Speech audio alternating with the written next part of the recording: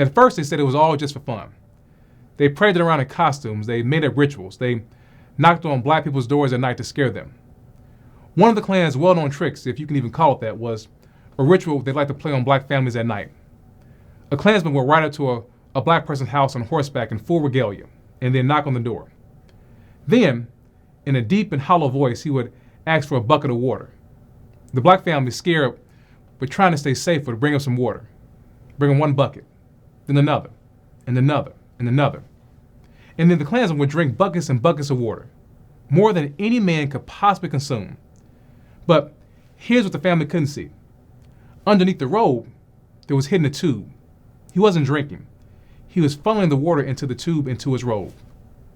And when he finally finished, he would look at the black family in the eye and say, "I'm just so thirsty. I haven't had a drink since I died at Gettysburg."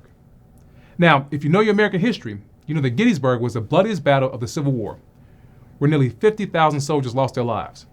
So what was this? It wasn't just a prank.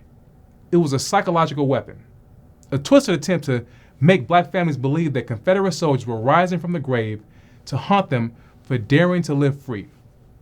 Terror dressed up as a ghost story, but enforced with real power. Because behind the costume was a real man with real hatred and a system behind him that would protect everything that he did.